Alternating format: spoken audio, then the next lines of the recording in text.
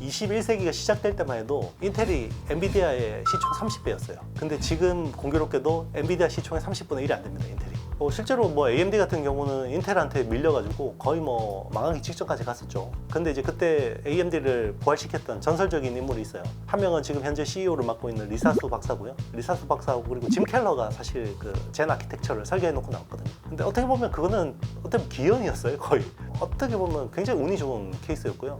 인텔이 사실 그 정도의 기연을 지금 만나기는 어려움이 있지 않을까 싶고, 좀 더 난이도가 있지 않을까, 좀 더 어려운 상황이 아닐까, AMD가 안 좋을 때보다. 특별한 경제 강의 머니 특강. 안녕하세요, 주식 초등학교 여러분. 오늘 특강을 맡은 이영수입니다.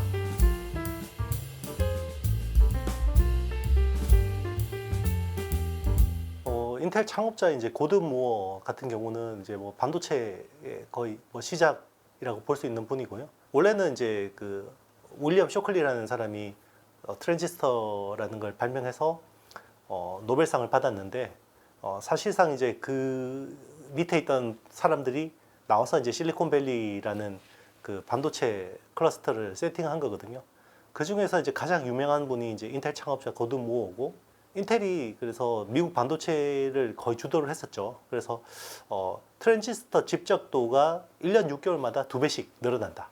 그래서 이제 무어의 법칙이라고 했는데, 나중에 그게 2년마다 트랜지스터 집적도가 2배씩 늘어난다 라고 할 정도로 인텔은 뭐 미국 최고의 반도체 기업이었고요.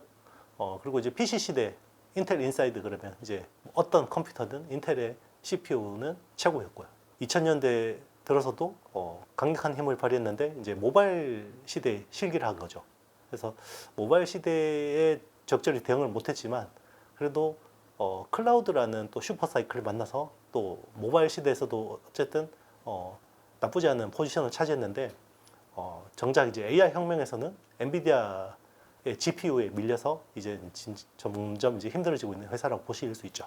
뭐 파운드리 사업이 뭐 어떻게 보면 실패의 어떻게 보면 뭐 한 원인은 될 수 있는데, 근본적으로는 사실 모바일 시대에 실기했던 게 저는 더 크다고 보고 있고요.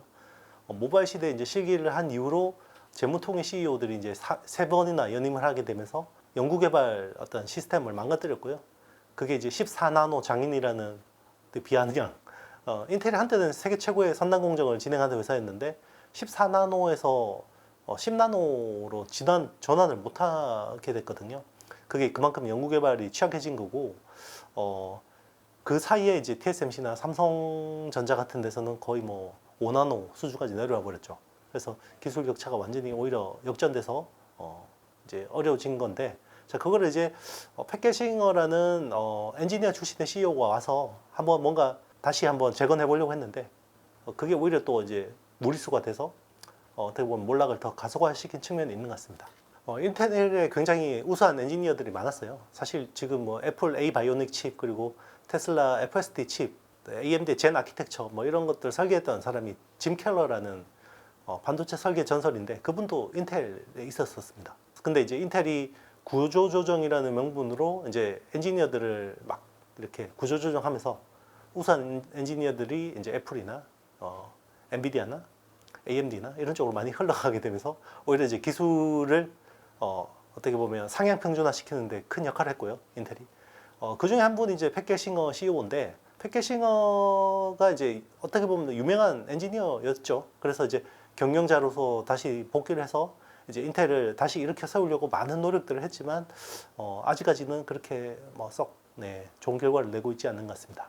최근에 뭐 퀄컴이 인텔을 인수한다라는 이제 얘기가 나오긴 했는데요.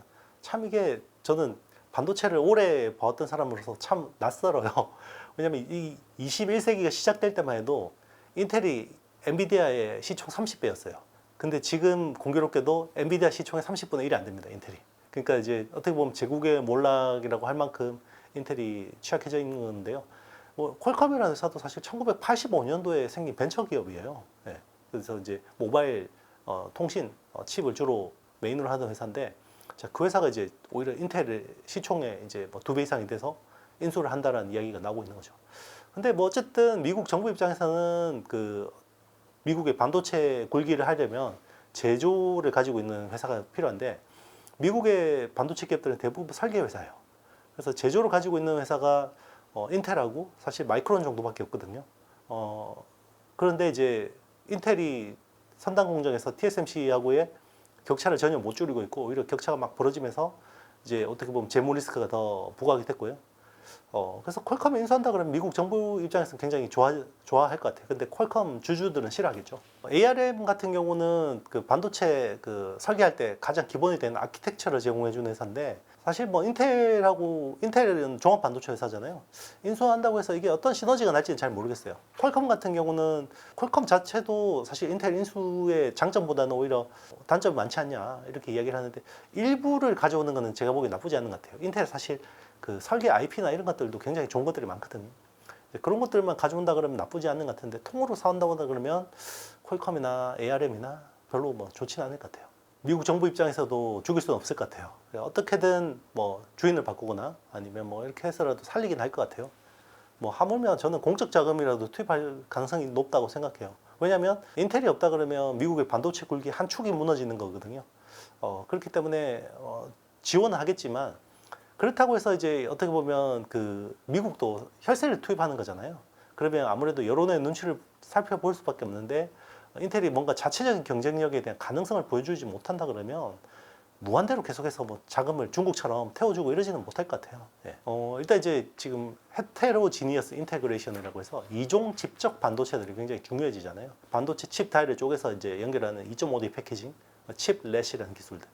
이런 것들을 이제 반도체를 이제 한 개 모아서 패키징 하잖아요. 시스템인 패키징을 하는데 거기서 열이 엄청나게 나요. 그리고 이제 반도체 칩 간의 커뮤니케이션, 통신 속도도 굉장히 중요한데 이제 그런 것들을 아무래도 좀 커버하려면 신호의 지연도 적고 그리고 열도 적게 나는 그런 이제 새로운 소재의 기판이 필요한데 기존에는 그 중간에 실리콘 인터포저라는 반도체 그를 써요. 사실 인터포저가 기판이라고 하지만 사실상 이게 반도체하고 똑같거든요. 한 50나노 수준의 그냥 레거시 반도체라고 생각하면 돼요. 근데 엄청나게 큰 면적을 쓴단 말이에요. 보통 뭐 반도체 300mm 웨이퍼에서 보통 칩을 만들어내면 수백 개가 나오는데 인터포저 기판으로 쓰면 이게 30개 정도밖에 안 나와요. 그만큼 넓게 면적을 쓰거든요. 그러니까 비싸죠. 그러니까 이제 그런 것들을 좀 가성비 있게 대체하려는 인터포저를 대체하거나 아니면 제일 밑에 있는 이제 그 플라스틱 기판, 플립칩 BGA라고 하는 그 기판을 대체하는 뭐 그런 것들을 좀 시도를 하고 있죠. 그래서 인텔 입장에서도 지금 이제 자기네들의 칩 로드맵 상 이런 그 칩 간의 연결을 하고 이런 것들이 되게 중요해지고 있는데 그런 쪽에서는 이제 글래스 코어 기판이 반드시 필요해진 거죠. 일단 실리콘 인터포저보다는 훨씬 싸고요. 그리고 이제 그 플립칩 BGA 같은 경우는 플라스틱 기판에다가 회로를 새기는 거기 때문에 이게 미사일 공정이 한 20 마이크로미터 수준의 선폭 정도밖에 안 돼요. 근데 선폭을 더 얇게 해야지 최대한 효율을 낼 수 있고 신호 로스를 줄일 수 있고 최대한 가까이 붙여놔야 되는 거죠. 미세 공정을 통해서. 그리고 이제 열도 잘 방출해야 되는데 그런 면에서는 이제 플립칩 BGA를 대체하거나 실리콘 인터포저를 대체하는 것도 굉장히 좋은데 플립칩 BGA보다는 퍼포먼스나 방열이나 이런 부분에서 더 많이 좋아지는 것 같고요. 그리고 실리콘 인터포저보다는 미세 공정이 더 되긴 힘들어요. 왜냐하면 유리에다가 미세 공정을 그린다 그러면 결국 마이크로미터 수준까지밖에 안 되는데 지금 실리콘 인터포저 같은 경우는 그게 나노의 세계잖아요. 그러니까 1 마이크로미터는 1000 나노거든요. 그러니까 그만큼 미세 공정에서는 좀 아무래도 실리콘 인터포저에 비해서 떨어지지만 싸는 거죠. 싸게 잘 만들 수 있는 거죠. 어떻게 보면 한 개 반도체가 이제는 2.5D 패키징, 3D 패키징 이렇게 되잖아요. 칩을 예전에는 뭐 한 개 단층 주택으로 지었다 그러면 요즘에는 주상 복합 구조로 지어야 되니까 여기서 굉장히 많은 그 어떤 그 복잡성들도 증가하고 열도 많이 나고 하거든요. 그런 것 때문에 이제 그 유리 기판, 글래스 코어 기판을 이제 계속 써야 되는 니즈들이 생긴 거고요. 국내 기업들 같은 경우는 제일 밑단에 있는 플립칩 BGA를 교체하는 쪽으로 좀 포커싱을 맞추고 있는 것 같고, TSMC 같은 경우는 그 실리콘 인터포저를 글래스 코어 인터포저로 좀 바꾸려고 하는 그런 쪽으로 좀 연구개발 집중하고 있는 것 같습니다. 기판 쪽은 SKC 자회사인 앱솔릭스가 제일 앞서 있고요. 앱솔릭스는 내년 초 양산입니다. 그래서 물량이 이제 양산 물량이 내년부터 나오기 시작할 거고요. 그리고 삼성전기 같은 경우는 올해 파일럿 라인을 꾸려서 아마 한 2, 3년 내에 양산 체제를 구축할 것 같고, 그리고 이제 TSMC 같은 경우는 엔비디아 향으로 글래스 코어 기판을 써서 2026년쯤에 이제 제품을 내놓을 계획이고요. 인텔 같은 경우도 원래는 2030년 이야기를 했는데 지금 뭐 2028년까지 좀 앞당기는 추세예요. 근데 인텔은 자기들이 직접 하는 것도 있는데 일본의 지금 이비덴이나 신코덴키 같은 기존 플립칩 BGA 공급업체들한테 좀 맡겨서 조달받는 물량도 있을 것 같아요. 삼성전기 같은 경우도 이제 그런 기판 쪽에 굉장히 좀 신성장 사업으로 좀 삼아서 굉장히 지금 집중하고 있는 상황이고요. 기존의 플립칩 BGA를 하는 회사들은 좀 타격이 있을 것 같긴 해요. 그래서 뭐 일본의 신코나 이비덴 뭐 이런 회사들은 좀 타격이 있을 것 같고요. 그리고 뭐 사실 삼성전기도 지금 플립칩 BGA를 꽤 많이 하거든요. 네. 그러니까 뭐 어쨌든 그 글래스코어 기판을 양산해서 그런 쪽에 어떻게 물량이 빠지는 거를 많이 상쇄해야 될 거고요. 그리고 이제 지금 뭐 인터포저 같은 경우는 사실 워낙 지금 수요가 많은데 공급이 못 따라가지고 있는 상황이거든요. 뭐 대만의 이제 UMC 같은 업체들이 이제 TSMC에다가 인터포저를 납품해주고 있는데 그쪽이 워낙 수요가 많다 보니까 AI 가속기 쪽으로 그래서 빨리 글래스코어 기판으로 많이 준비를 해야 되는데 TSMC가 최근에 이제 대만의 디스플레이 업체인 이노룩스의 그 5세대 LCD 라인을 사가지고요. 이제 그거를 가지고 팬아웃 PLP라는 팬아웃 패널 레벨 패키징이라는 기술을 가지고 조금 이제 가성비 있게 좀 만들어 보려고 하고 있습니다. 실제로 뭐 AMD 같은 경우는 인텔한테 밀려가지고 거의 뭐 망하기 직전까지 갔었죠. 근데 이제 그때 AMD를 부활시켰던 전설적인 인물이 있어요. 한 명은 지금 현재 CEO를 맡고 있는 리사수 박사고요. 리사수 박사하고 그리고 짐 켈러가 사실 그 젠 아키텍처를 설계해 놓고 나왔거든요. 근데 어떻게 보면 그거는 어떻게 보면 기연이었어요, 거의. 어떻게 보면 굉장히 운이 좋은 케이스였고요.